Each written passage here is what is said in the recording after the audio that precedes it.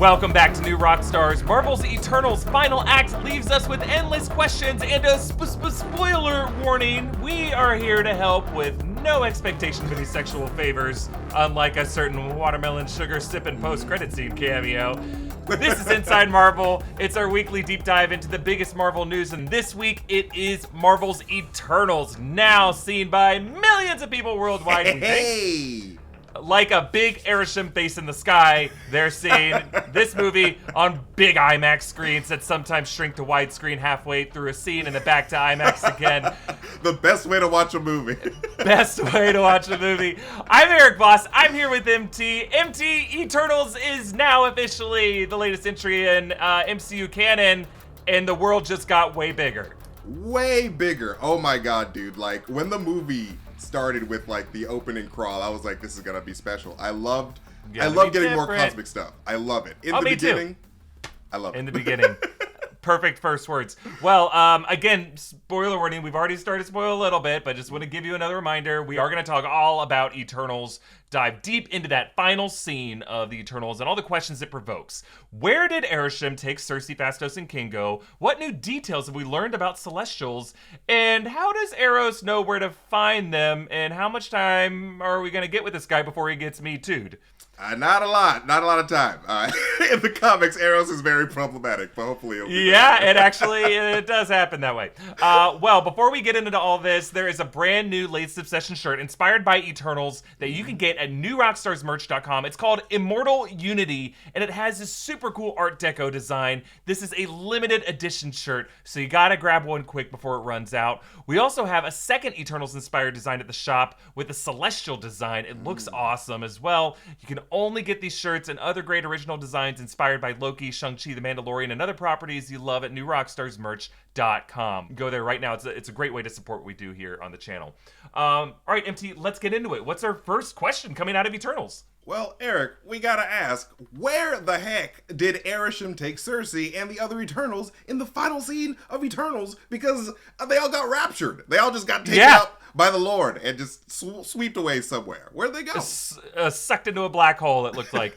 Well, just want to give people a quick recap summary of how Eternals concluded, right? So the Eternals assemble in this movie to stop the emergence of the sleeping Celestial Tiamut, hidden inside Earth, ready to hatch. I don't know how you felt, MT. It's so rare that we get a prediction right on this channel. Right? So seeing that, I was like, I had to pinch myself a little bit. I'm like, I'm in the Matrix. I know it. Bro, I have been tweeting about a Celestial being inside of Earth since like 2017, 2018. Like, I'm so excited. I was so vindicated. It was amazing. Nerdstradamus! Got another one right. So the way they try to respond is Phastos plans to build a device that can connect them all in a uni-mind for Druig to be able to mind control Tiamut, but then Icarus comes in and just says, screw your science fair project! Ooh. And he reveals that he was the one who killed Ajak. She actually wanted to stop the emergence, but instead he's like, no, I have one mission and I'm incapable of complex thought, so I will feed you to the deviants to keep the other Eternals busy and distracted for 7 days. Move. Yeah. He's stall. And so that's why they were dealing with the deviants the whole time, is just Icarus wanted to keep them focused and busy. And yes, I made fun of them for that, but like, that's what I like about this movie, is they are having that real fair debate of, are we dooming the rest of the universe by trying to stop the emergence? I thought that was kind of a cool discussion to have. But during the whole debate on the Domo, Sprite leaves with Icarus, Kingo sits out of the fight, which I gotta respect in a movie. Most of the time people take sides. I gotta like to someone being like, I agree with you, but I don't want to kill you, so I'm gonna hang out with Karun. I really like that too. He really just wanted to finish shooting his movie. I think that's He's like, we're almost done. The crew needs work. Like, he's looking after the crew, you know. So after Icarus leaves this plan and shatters, they come up with a backup plan. You know, one of these moves in movies, like, why don't you just plan to do that to begin with? Of using Cersei's sphere as kind of a backdoor hack into Tiamut. And that ends up working pretty well, like, during this whole fight, which, this final fight, I loved watching the action. I love seeing Phastos being like, I want to clip your wings for so long. Makari, bro. Down. Makari! Oh my god! I screamed. I'm so glad I was in IMAX and I screamed. Freaking Athena doing the behind the moves, like oh my Slissy god. Slice. Yo, so many good that man's moves. face up like Zigzag Zorro. Like, oh my god. And then also, I mean, the craziest moment, Sprite getting clubbed to the back of the head. By a rock. It's just so funny that these turtles are responsible for all these technological achievements, and then just hits her in the head with a rock like a caveman. It's like, we're all done with that speech, right? Okay, go finish the movie, please. So Cersei reverse Midas's Tiamut to turn him from gold into white marble. And hey, forget wind turbines on the coastline. Now the Maldives got quite an eyesore. Right. It's gonna hurt tourism there. Ugh. Can we get a hotel room that faces away from the giant dead celestial baby, please? Thanks. Yo, knowing Zillow, they're probably gonna just put an apartment on each finger and just sell it for zillions of dollars. But some skateboarders watch that and they're like, yeah, and we just got pipes all over that shit. Yo, we gotta drop off this finger, bro. You ready? Let's do it. So Icarus responds, as many of us do when we're proven wrong, just flies directly into the sun. Cersei Drama makes queen. Sprite a real girl, and Thena, Druig, and Makari head off in search of other Eternals to set them free with the truth, and Cersei, Kingo, and Phastos stay behind on Earth until the final scene when Airship returns and snatches all three of them up to tell them, you have chosen to sacrifice a Celestial for the people of this planet. I will spare them, but your memories will determine if they are worthy to live, and I will return in judgment. And then Airship opens a black hole and all of them disappear, leaving Dane Whitman and all these other Londoners ready for a pint of Gilgamesh's saliva beer. So in the post-credit scene, Eros, aka Star Fox, an Eternal of Titan, brother of Thanos, produces his own sphere and says that their friends are in big trouble and he knows where to find them. So let's talk about it. Where did Airship take them? Well, Airship said his judgment of whether Earth was worthy of saving will be determined by the Eternals' memories, which suggests to me that their first stop might be that World Forge location that he showed Cersei in that whole exposition montage. This is where all the Eternals' memories are stored. Now, you could say if Cersei, Phastos, and Kingo are all still alive here with their 7,000-year memories intact, would they need to go to that World Forge to have their memories scanned? I still think so, just because Kingo had that whole line earlier of like, so they're stored in space, like that's something he is thinking about directly, and the World Forge would likely offer a transcript of past Eternal reboots from past doomed planets to compare their memories to. So kind of give it all in a bigger context. But also, I don't know if you thought about this, MT. In Captain Marvel, we saw the Skrulls have technology that they use to extract memories. And we learned in this movie that Skrulls are actually derived from deviants who got loose and evolved as apex predators on that planet. And Airship is also intentionally keeping a close eye on the deviants. That advanced tech might have come from Celestial influence and be a kind of archive room or like a post-production bay that Airship just drops in on and be like, hey, can you pull up this old clip? And editors are like, oh, fine. No, that's a really good connection, and I did think about that when I was watching the movie, because like there is precedent in Marvel's past with Captain Marvel that memories are able to be recalled, and like there could be like maybe a certain like a memory realm, possibly like a memory dimension where all of our mind stuff go, where like that's where you can access it through the mind. But I think that Captain Marvel definitely set up the precedent for just memories being eternal and like always being around even if you forget them. So it's I'm really interested to see if like the Skrulls had like a lot more eternal technology on their home planet of Skrullos, and was able to adapt that into and make that into the memory hopping device that they used in Captain Marvel. One question I had was why Airship didn't just himself judge the Eternals right there. He's kind of a mobile judge. I thought, well, they clearly defied his wishes. They aborted his baby, right? Like that's a late term. It kind of looked like a little Airship too with the little 6 eyes. I was like, oh my god, his son is dead. They killed him. One thing I really liked about this movie was the way Chloe Zhao depicted the scale. And, like, they really just used the 6 eyes of the Celestials, those 3 rows. And you don't even know what you're looking at. Is it their eyes? Are these 6-eyed beings? And just like the first shots you see of them, you really just see the ribs of those eye holes that go back through the helmet. And just by showing us one of those eyes cresting through the earth, we know what's coming. Like, it was just such a cool little thing that was a simple 6-eyed grid, a little, 6-eyed matrix that Jack Kirby drew. And just by using those simple shapes, and making them huge. It's kind of like the disc of the Death Star, just using a little piece of it as like a synecdoche of the larger thing. That was a really smart move. But yeah, so Arishem is a god, and I would think the fact that he had to sequester them to a second location means that he must be bound by some cosmic law in order to have to get a second opinion, to check the transcript. And the way I read this, MT, was that it's a sign of a legal process in the MCU cosmic. And yeah, we did get hints of a cosmic bureaucracy, of course, in Loki with the TVA, who governed timelines and variances. And we later learned, of course, that whole agency was created by Kang to give himself really a multi-pronged, well-delegated legal bulwark in order to execute a script. But I think even the TVA and Kang might have to adhere to a higher legal authority. And Loki, the show, actually gave us a hint of that in the MCU with the Living Tribunal. Right. The ultimate chief justice of the multiverse. We saw a statue of the Living Tribunal in the Void. In episode 1 of Loki, Mobius hinted that there was some higher legal tier than the TVA.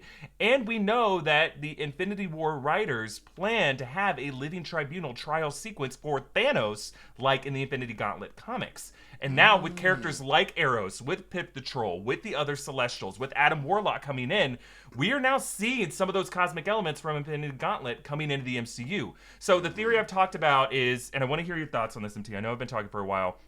I think Eros' connections are to these higher authorities in the cosmos. He doesn't strike me as the kind of guy who's going to lead a fight to free Cersei. He's a lover, not a fighter. And I think I think he might get Thena in a position where she might be able to fight Cersei free. Maybe use some of that Mad Weary to just go crazy, the Hulk out. But I ultimately think that Eros could make a pretty good legal argument that Cersei, like Thanos in the comics, didn't technically violate any natural laws. She was just fighting for survival for those that she loves. And who better to make that case than the god of love? So I think the next appearance of these characters, whether it's in Guardians of the Galaxy Volume 3, that could be the kind of scene I could imagine being in that movie. But if this is a storyline that will be picked up in Thor: Love and Thunder, I think violence is more likely to be involved in how Cersei is freed, because Christian Bale is coming as Gore the God Butcher. He carries all black the Necrosword, or some version of it. And that blade, in millennia past, at least in the comics, was carried by the symbiote deity Null and was used to decapitate the Celestial Nowhere. That isn't been firmly established in the MCU because Null is connected to the symbiotes, but also, according to Sony, all of their things are in the MCU. Who knows?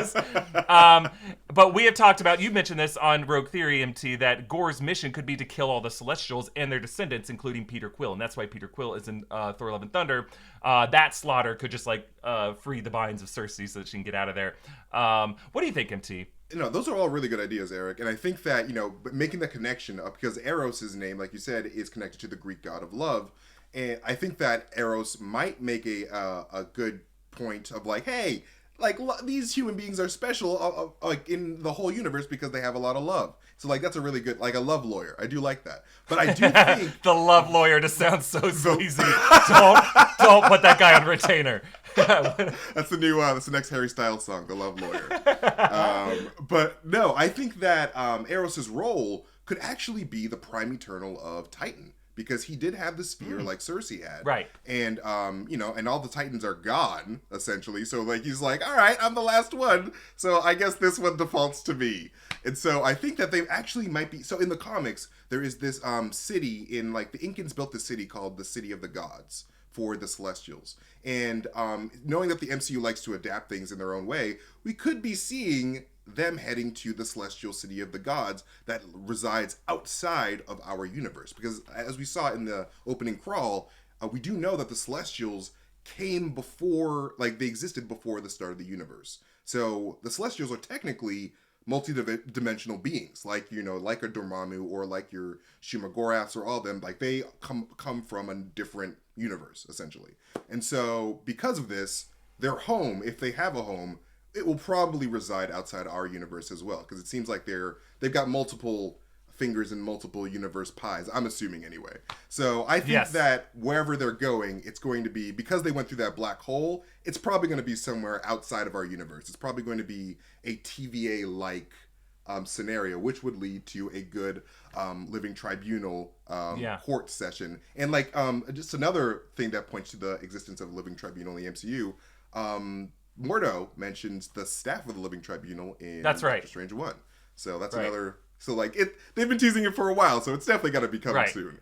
There's a guy named the Living Tribunal somewhere in this multiverse. And this is exactly the kind of, like, the scale has gotten so high, you have to establish now what the hierarchy is. And the fact that, like, it was implied that Airship is not the final judge. You know, he's kind of like a circuit court judge. He has to appeal to someone, whether that's a transcript or something. Like, he can't just be judge, jury, and executioner in that moment. I just found that little aspect interesting. And we do know, like, the Celestials each have jobs. Like, Arishem is the judge. And so he's probably going to be like, listen, I would, analyze you guys right now, but that's Jemiah's job. So he's going to analyze you because Jemiah the analyzer, Nezar the calculator, Boogity Boo the trash compactor.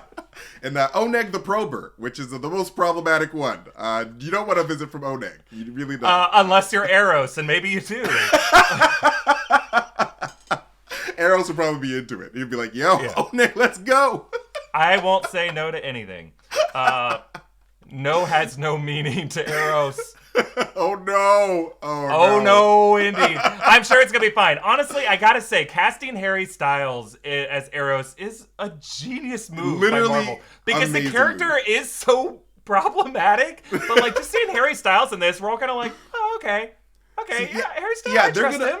People are going to buy that he's like this like person that attracts so many people because he's Harry Styles and not because he has powers. He's just a handsome man. So like, he's a handsome man. You need to cast a rock star in this. If you were doing the Marvel movies in the 60s or 70s, you would cast Mick Jagger as Eros. You know, like 100%. You need who is our modern day Mick Jagger, and Harry Styles fits the bill. Like I really love this casting so much.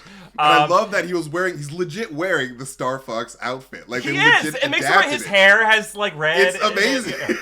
Like 10 out of 10. It works. Well it done. really works. And so bringing in foreigners feels like the first time. It's like so much about this works. It's like one of my favorite post-credit scenes. But another detail we had to talk about, Cersei and Makari suggested that they were only able to form that final Unimind because Tiamut helped them. Like, it seemed like they were grateful to Tiamut, which I thought was a really interesting choice in these final minutes. Like, was Tiamut okay with being aborted? Like, does he actually, in his millennia of gestating inside Earth, does he actually love Earth and the humans and feel an attachment to them and be willing to just, like, give his life to allow them to live? I think that was the insinuation there. I think that Tiamut, and like this happens in the comic as well, because like Tiamut eventually he meets up with that Jack Kirby Fulcrum figure that we've talked about before, and he's like, I love these people, like they changed me, and so like I care, and like his caring allowed him to ascend to the Fulcrum level. It's like, all right, now you are this like big, even more cosmic god. So I think that Tiamut, and like what's going to happen when like these Eternals go on trial is that they're going to find out that, you know, Tiamut agreed to this. He was like, I wanted to save these people because these people have shown me through their life essences. I think like that's the key here, is that the human life force is just so pure that Tiamut was like, I can't emerge out of my cocoon. This is just, I love this egg. I'm just gonna stay here. Like you can kill me, it's fine. So I think that it's a selfless act by Tiamut, which I did like that. I like that too. I think it sounded like he was like screaming in pain when Cersei was turning him into marble. So it's kind of like, oh, maybe that was like it screams of, I'm okay with this. It's okay. He was like, yeah, this is amazing. Ah! Skateboarders Imagine going, if he was yeah, like, oh, bro, no, keep going. Ollie. Do an Ollie, dude. But it does leave us with at least an implication that there may be other Celestials out there who do not 100% subscribe to Arishem's way of doing things. Like she was just talking to Arishem. It's like when you start a new job and there's just like the first guy you talk to, the cubicle across from you, he's like, I'll show you the way things work around here. So the whole point of your cubicle is you have to monitor the celestial seed that I planted in there, and one day it's gonna hatch out of your computer and you're just gonna have to deal with it, bro. And then you talk to other people around the office and they're like, oh, don't listen to that guy, he's crazy. Do not hang out with that guy. He's gonna get fired. He's gonna get fired next week. He's just like he's the CEO's nephew, but we're gonna fire him.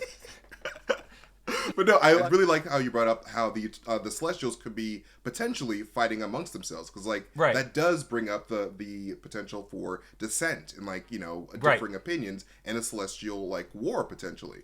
So and we do see this in the comics. Like the Celestials at one point, I think it was actually Tiamut in the past. They were like, "Yo, Tiamut, we don't like you, so we're gonna gang up on you and then shove you into the planet." In the comics. And so, yeah, I think that we could be seeing more just rogue Celestials, like an Ego. So even though Ego seems to be different from these Celestials, which we don't really know how yet. But we could just see more just differing Celestials. Like, all right, we don't like this plan, so you, and fight each other, which I would hope to see.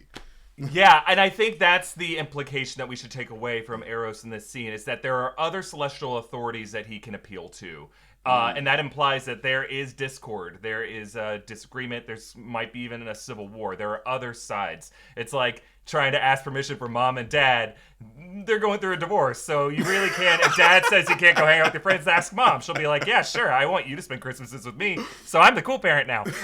So I think that's the idea, is that the Celestials are not all on the same page, and I think that's what's going to get exploited ultimately to set Cersei free. But we're going to discuss more what other Celestial personalities and other Eternals are out there. What might the Celestials' original plans been for Thanos and Eros? We'll talk about that. But first, we want to thank some people who helped us make this episode. When it comes to meat, quality matters. And when you invest in high-quality meat from ButcherBox, the benefits go way beyond a great tasting meal. ButcherBox sources their meat from partners with the highest standards for quality. No more searching the grocery store for 100% grass-fed beef, free-range organic chicken, wild-caught seafood, and more. I just like a really nice piece of beef, and ButcherBox has really great grass-fed steaks. Their sirloins have that distinct flavor they get from the really best beef. Every month, ButcherBox will ship a curated selection of high-quality meat right to your home. Each box contains between 8 to 14 pounds of meat, depending on your box type. That's enough for 24 individual meals. You can customize your own box or go with one of theirs. Either way, you get exactly what you want. Skip the lines for your Thanksgiving turkey. It's hard to get a good turkey. Not with ButcherBox, though. This holiday, ButcherBox is proud to give new members a free turkey. Isn't that great? Just go to butcherbox.com/Marvel to sign up. That's butcherbox.com/Marvel to receive a free turkey in your first box. We also want to thank Get Upside for sponsoring this episode. There's an incredible app everyone who buys gas needs to know about. It's called Get Upside. Our audience can make up to 25 cents for every gallon of gas every time they fill up. All you got to do is download the free Get Upside app in the App Store or Google Play right now. Use promo code MARVEL and get a bonus 25 cents per gallon on your first fill up. That's up to 50 cents cash back on your first fill up. Don't pay full price at the pump anymore. Get cash back using Get Upside. Just download the app for free and use promo code MARVEL to get up to 50 cents per gallon cash back on your first tank. Some people who drive a lot are making as much as $200 to $300 a month in cash back, and there's really no catch. The cash back gets added right to your account. You can cash out anytime to your bank account, PayPal, or an e-gift card for Amazon and other brands. Just download the free Get Upside app and use promo code MARVEL to get up to 50 cents per gallon cash back on your first tank. That's code MARVEL. All right, MT, back to Eternals. What do you think makes the Eternals on Earth, who we learned are basically these synthetic seed cultivators, different from other Eternals like Star Fox and Thanos?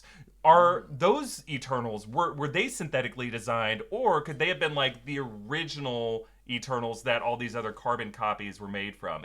And does that mean there could have been like an original Thena and Icarus and all them? I think that the ending of Eternals could explain this, because we see it's particularly with Sprite, because Sprite went from being synthetic, a synthetic Eternal being, to a real girl. It's like, I'm for real now. So I think that what happened, and in the comics we learned that, Alars, which is Thanos and Star Fox's father, and Sui-san, their mother, used the quantum bands to make them possible, because in the comics, Eternals can't have babies. So I think that they use some of this energy. Whatever Cersei did to Sprite, I think happened with Thanos and Star Fox. They went from having these synthetic parents to being able to, produce these real Thanos and Star Fox children. So I think that's what happened there. But what do you think? What do you think happened there? Yeah, I think that's a really good explanation. I think that what we saw from the Eternals on Earth is not the case for all Eternals universe-wide. I think there are other Eternals on other planets that were, like, fleshy, that that had longer lives and were not just, like, super smart robots. I think that what we saw the Eternals was just the final stage of, like, celestial evolution, and they're like, let's just make robot versions of them. And I think that's what we saw. We saw this assembly line in the World Forge where it really is just the 10 of them on repeat, on repeat, on repeat.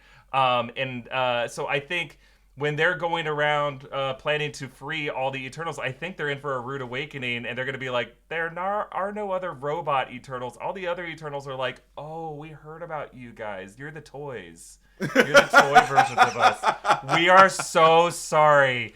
We're so sorry that the Celestials did this to you. But we're having a great time. We're getting along with our humans. We're drinking Gilgamesh spit with the prober. It's the real thing. It's not fake spit. It's the real thing. It's the good stuff. Yeah. But I do love this twist. That was one of my favorite things about this movie is revealing these Eternals were just kind of these programmed carbon copies who just were helping destroy all these different worlds. I thought it was such a dark, cool twist in this movie. Sure. And I love that Chloe Zhao went in this direction.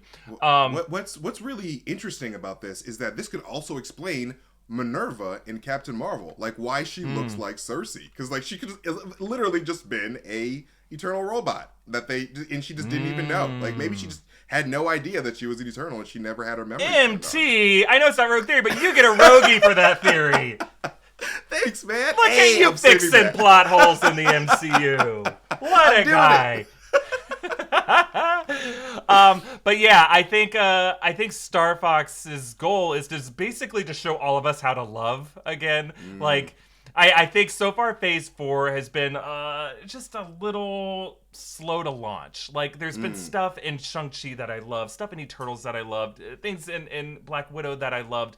My favorite stuff, honestly, has been on the Disney Plus series, and I want something in the movies just to get us going, and I think Eros was that, like the Eros in the second post-credit scene. So let's talk about that. Yes, Dane please. Whitman. He was about to tell Cersei about his complicated family history. We hear the voice of Mahershala Ali. I know a lot of people, it sounded like Jeffrey Wright. It might have sounded like other people to you. It's been confirmed to be Mahershala Ali Blade, which is super exciting. So what do we think that complicated family history was, MT? Do you think he's about to say we're vampire hunters? Or do you think that there might be some vampiric origins? Or is Dane completely ignorant to any ties with vampires right now?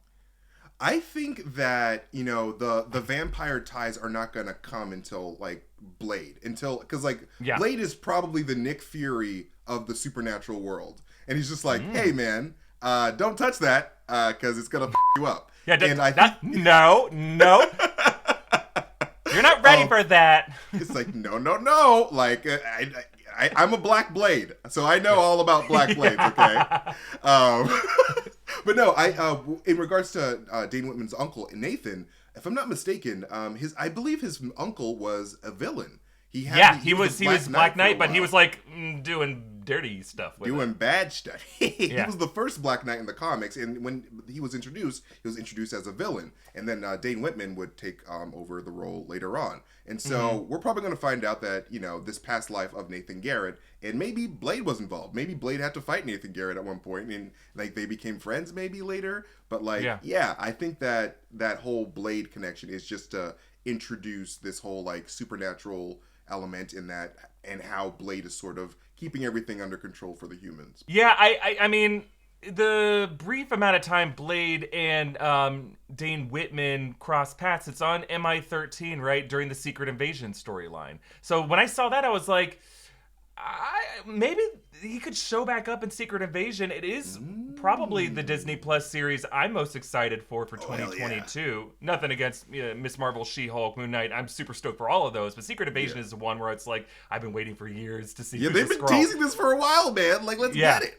So, I don't know. Secret Invasion has a lot going on. It seems like alien invasion on Earth would kind of have a different aesthetic than supernatural folklore and Arthurian legend and that kind of thing. Like, when I heard that it was like Mahershala's voice here, I was kind of like, Like, I would have preferred if this sword was more tied to Gore the God Butcher's sword, because that seems to be the implication of the final moments of Airship's arrival. Dane's like, what do I do?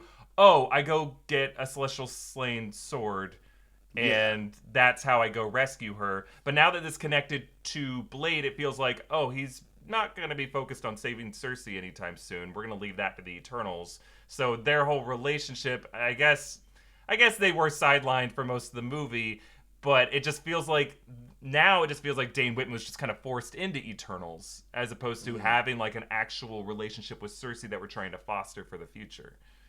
But I think you're on the money there. Like, I think that they are setting up Dane Whitman to try to save Cersei. And I think that Blade's introduction is just to get him used to the rules of the Ebony Blade. Because if you just try to touch that, you're going to be screwed. Like, that thing's going to take you over, and you're going to go on a killing spree. So Mahershala's going to be like, all right, here's how you use it. Here's your family legacy. And go off and go save Cersei. Because, like, we do know that the Celestials are probably going to come back to the Earth, and they're probably going to be a problem. Whether it's these type of Celestials, or maybe there's just the evil Celestials, the Dark Celestials are coming. Who knows? But at some point, we're going to see the Black Knight facing off against Celestials. I'm very, very confident about that, because like you said, the Ebony Blade is specifically, or can cut through Celestial armor. Like, it can kill Celestials. So that's going to come in clutch later on. And so it'd be weird to introduce Dane Whitman in Eternals and then not have him serve an Eternals type Celestial purpose. So, now, do you think that that blade in the box is the Ebony Blade, or is like that moment in the MI13 storyline, like that was a fake Ebony Blade put in there by Dracula, and he was using that without realizing it? Do we think it was fake? That's why there's that Latin phrase there. That's, could this be Dracula's imposter sword put in that box? That would be very interesting. But because it was a post-credit scene, I think that it'll probably be like the legit thing. And it was like speaking to Dane Whitman. It was like, it's time to kill all the time. So like, but I mean, a voice from the shadows can be anything. It could be anything. Like, literally Shang-Chi. It's a perfect example of that. Yeah, it could be working against you. It could be a voice from your past, or it could be someone trying to corrupt you. I think it is more interesting if that is actually the Ebony Blade, and the Ebony Blade itself could just be cursed, as opposed to it being like, I don't like it when it's like, oh, but that was a fake. Like, fake Infinity Gauntlet. I get that was just kind of, they didn't know they were going to have a full Marvel Cinematic Universe when they made the first Thor movie. But like, they've already done that once. So I don't like the idea of just like, what you saw was fake. If you show us a sword, let it just be the sword we've been waiting for, Oh, yeah, for sure. And, like, I think that, because of Shang-Chi introducing this idea of, like, magical objects being able to whisper at you, I think that the Ebony Blade might actually be sort of like the Ten Rings in a way, and, like, sort of just being this receptacle for an interdimensional being. Like, what if that voice is an actual person outside of the universe, just being like, hoo-hoo, time to interfere with these humans, just like the Dweller in Darkness did, my cousin. So, I don't know. Yeah. But do you think the whispers from the sword could have been the same thing that was summoning the 10 rings, the beacon, or what the 10 rings was summoning? Who knows? It could be anything outside of our universe, man, I feel. So, who knows?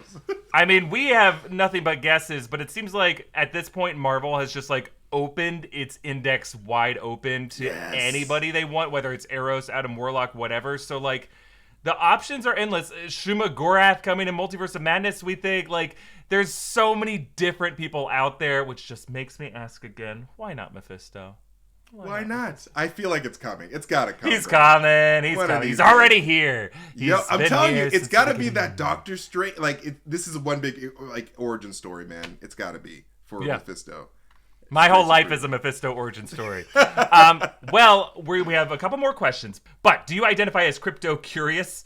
If you've thought about entering the world of cryptocurrency but felt a little overwhelmed, Coinbase makes learning to buy and sell simple. Coinbase offers a trusted and easy-to-use platform to buy, sell, and spend cryptocurrency. They support the most popular digital currencies on the market and make them accessible to everyone. They offer portfolio management and protection, learning resources, and a mobile app so that you can trade securely and monitor your crypto all in one place. Millions of people in over 100 countries trust Coinbase with their digital assets. Whether you're looking to diversify, just getting started, or searching for a better way to access your crypto markets, start today with Coinbase. For a limited time, new users can get $10 in free Bitcoin when you sign up today at coinbase.com/marvel. This offer is for a limited time only, so be sure to sign up today. That's coinbase.com/marvel.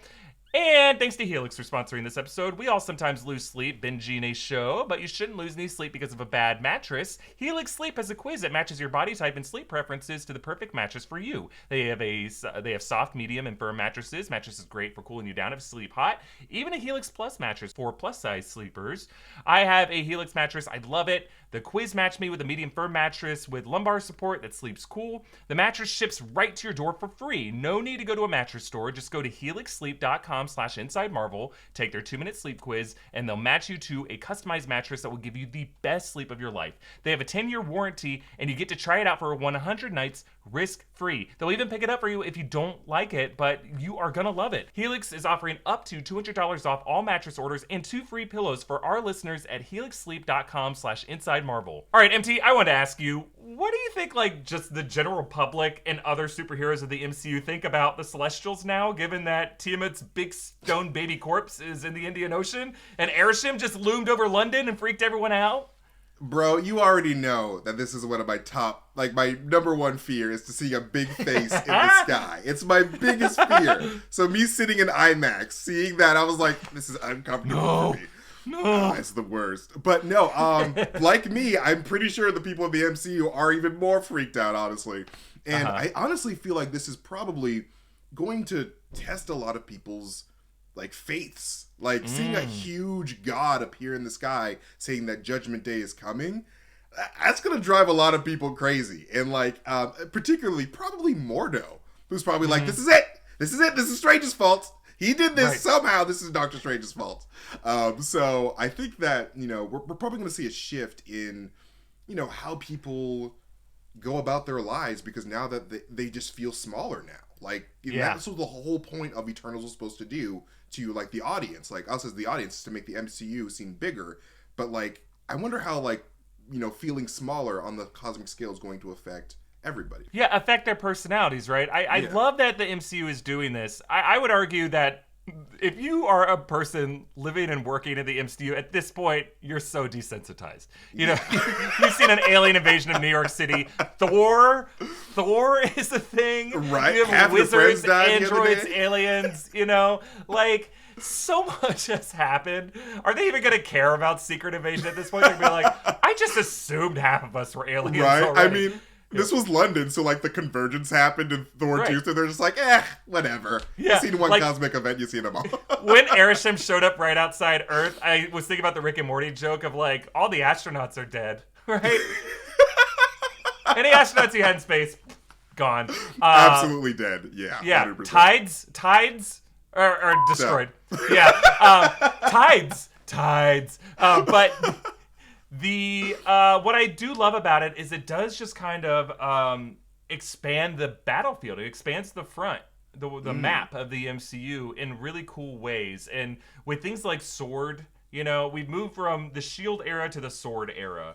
And I think it's going to be interesting to have movies that are just completely set off world. Because at this point, they're going to be like, are parts of that Celestial still alive? Can we dig and just check that, he just doesn't have frostbite on his head and his hand? Because, right. I don't want his foot to kick out of Australia right now. And, I think people will be like, can we just get off this planet? Sprite had that line of, human recolonization could take years. And I think half of people on the Earth would be like, I'll sign up for that wait list. Let's go.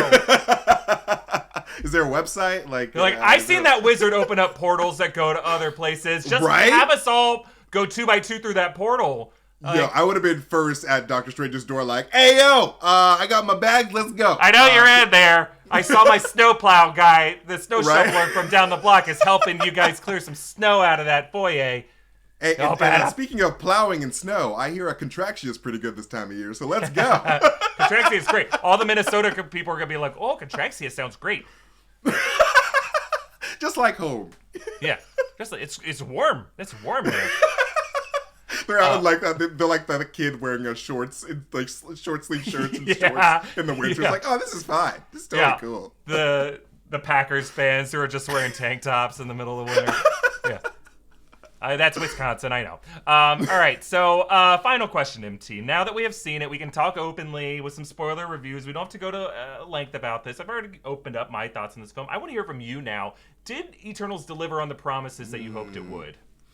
I think that this movie was a great movie. I really enjoyed it. I thought that, you know, the Marvel lore, and like we said, like the cosmic side of Marvel exploded with this one, and this opens up a lot of opportunities. So I'm very excited for that, and I think Chloe Zhao did a fantastic job, especially given the COVID-19 situations that all these people had to deal with while filming. So, like, all that being said, I think that this movie was great, but I think that there were a lot of missed opportunities in terms of action, in my opinion. I think that, you know, the Icarus stuff, phenomenal. Like, I could watch Icarus fight in the air for days, but I just feel like, you know, because we have all these powers, like, I left the theater wanting more Makkari, like, fast-paced stuff. I hope they give Makkari her own series, honestly. Like, I just love Makkari so much.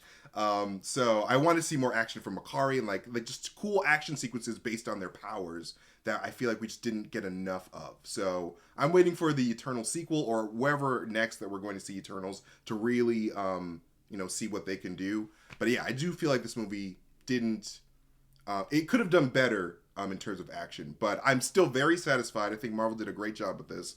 And, but yeah, I think, this is going to be really fun. I think in terms of delivering on promises, this movie gave me so much in terms of celestial lore to the MCU. I love that. I love that they found a way to bring in Eros and then deliver this interesting twist with Tiamut and with the Eternals being just kind of these puppets. I thought that was really cool. And I dig that whole deeper theme of one's purpose versus one's discovered purpose of love, you know, and having those two things be in conflict with each other. I love the elements of the debate going down like a Greek drama of gods debating whether or not they should intervene. I thought that was really cool, but I do agree with you, MT, in terms of like the action that you would expect from a normal Marvel movie. It doesn't quite deliver. I do think each character gets at least one awesome moment. Oh yeah, so they did a good job. Like Makkari gets some really, really cool moves. It's just I agree with you. It's not like Quicksilver in Days of Future Past where people walked out of the theater being like, oh my god, that guy.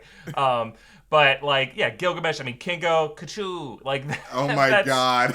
When he blew that deviant's head off, I was cracking up, man. A+. But like, yeah, I think I think that's why some audiences feel like, you know, I think structurally you might have had too many characters in this. I just don't know who you would cut. You know, so I'm dying to know what Chloe Zhao and Ryan Firpo's original pitch was to Marvel Studios. Like, what got changed? How did this movie come together? I don't know if we'll ever know, but hopefully we'll find out someday in the future. But in terms of like the promises we would hope to make, I think there was a missed opportunity to just tease the existence of mutants. But we got to remember this movie was being like conceived of and written and shot in 2018, 2019, early 2020. So like I understand if that's like before Marvel really knew exactly what they wanted to do. The visuals I think were incredible. The sense of scale, especially in that final act, is great. To me, like. This movie won me over halfway through with Arishem's whole speech to Cersei. I think for a lot of people, that's either where it makes or breaks it. I think some people are kind of just lean back like, and some of us lean forward and be like, tell me more. Yeah, and I'm definitely a tell me more type. I don't like... I at one point did a ranking of the MCU. It's the video I regret making more than any other video for New Rockstars. Any Mephisto video. I hated that I did that ranking because it was so stupid. And my opinions of Marvel movies constantly change based off of my life, based off of things that change and And how that's I normal. mature and how I see the world. So it's constantly shifting. I would put Eternals somewhere in the middle. You know, it wouldn't be. It's not in the top tier, but it's definitely not the worst. It's not. I think it's definitely worth watching. And I think, like a movie like Age of Ultron, right? Also kind of a disputed movie, not everyone's favorite. It did so much cool world building to set up future plot lines and future mysteries and future reveals. I think we're gonna look back at Eternals and be like, yeah, without Eternals, we wouldn't have this new cool thing now. We wouldn't have this new cool thing. So I look forward to see how the mythology that was now created from this movie affects everything. Me too. And like, I hope that it, in a future Eternals installment, that they probably move this over to Disney Plus. Not because like I don't want to see another Eternals movie on the big screen, but because Disney Plus allows you to have more room to tell a more deeper story and because they have so much characters, I feel like it would just benefit from just having longer time to tell the story, like 6 hours or 8 hours. I don't know. I think it'd be better than 2 hours, because I just love Eternals so much. I just want more. Honestly, yeah. It's me being I mean, greedy. I'll say, pacing wise, this movie felt too long, but I think they had to do that with so many characters. You have to kind of slow down. But I thought they were clever as the movie went on. When you flash back to things, what you flash back to is like crazy to look at. Like you're seeing the fall of the Aztec capital. You flash back to the atomic bomb going off. Like, I wasn't too bothered by the flashbacks. It was more like, now we have to see these two characters sit alone and talk about how they feel. Like, you want to feel like the movie's ramping up at the end. There's a couple scenes in there where it's like, we really have to have Cersei get all pissed off, and then Thena has to talk her into joining the battle at the end. It's like, no, at that point, I just want to see the battle. You know? Right. Like, I get it. But anyway, we want to hear your thoughts down below about this film. I love that the whole world is getting to see this now and make up their own minds about how they feel about Eternals. But that is it for this episode of Inside Marvel. Next week, we will be back on Wednesday to discuss whatever your biggest Marvel question will be. It could be about Eternals or maybe some other big news we might get next week. So be sure to send us all of your questions about Eternals and everything else you're curious about with Marvel Cinematic Universe. Also a reminder, next Friday, we're going to have Marvel Disney Plus Day. It's not just Marvel Disney Plus Day, but for us, essentially, it's Marvel Disney Plus Day and Star Wars It's Disney Plus Christmas Day. for us. We are excited. Hopefully we'll see a trailer for Miss Marvel, for Moon Knight, for She-Hulk, for Secret Invasion, or at least release date announcements on when all these things will come out in 2022. So we're so excited. So don't forget to check out our many great merch options at newrockstarsmerch.com. Follow me at Erik Voss. Follow MT at MasterTainment. Follow New Rockstars. Subscribe to Inside Marvel wherever you get your podcasts. Thank you so much for watching, and we will see you next week. Bye-bye, everyone.